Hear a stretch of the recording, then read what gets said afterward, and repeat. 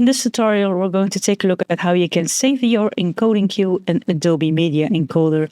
Now, your encoding queue and encoding settings of that queue are automatically saved when you exit Media Encoder, and they're also saved automatically when you start an encoding process. So if you select something and you start the encoding process, it is also automatically saved.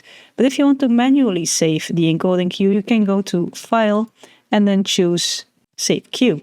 If you want to keep these files in the completed files, if you have rendered this and they are completed, if you want to keep the completed files in the queue when you exit and when you close and restart Adobe Media Encoder, you can go to Edit and then Preferences, and then Preferences is the general option here.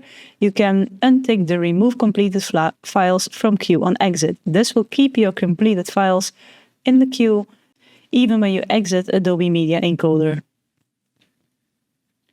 Let me know in the comments below if you liked this video. Be sure to press the thumbs up button if you did.